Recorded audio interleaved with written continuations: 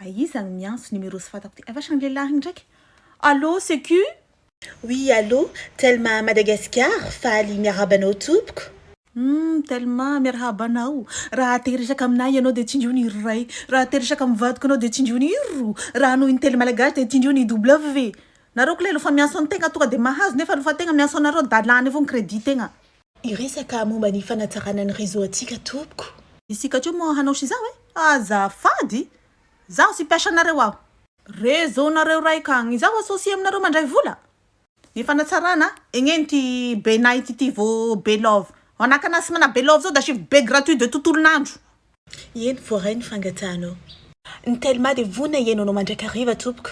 Izaho sy andanin'androko mandrakariva miaraka aminareo. Espèce de cannibale de crédit là.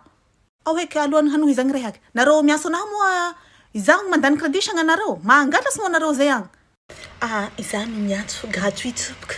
Io zao Facebook bakahinareo herinandro raiky vao maty io. 2 andro fao da fa maty. Sanareo mampiasa chiffre romain. Mariana avao anao e. Maheno tompoko.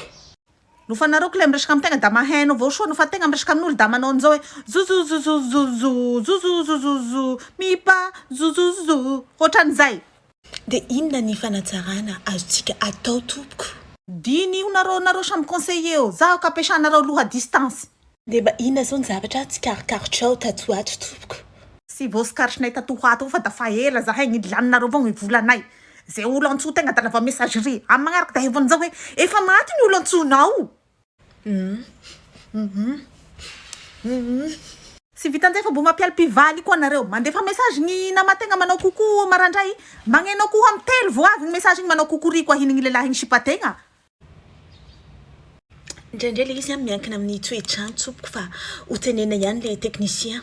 Toetrandro asivoelo ny réseau nareo nofa mora da rako botofosa am'izao asotro izao. Voaray. Marina fa manana SMS bedabeto. Hahiky io ny SMS gratuit. Sy tendance zany fa messenger agny izy. Misaotra anao naharitra hatramin'ny farany tompoko. Kotsopoko avao. Dia Telma Madagascar mirarainao tontolon'andro mahafinaritra tompoko. Mama. Enfin, ela ny tortorako fa nahavoa masonangatra.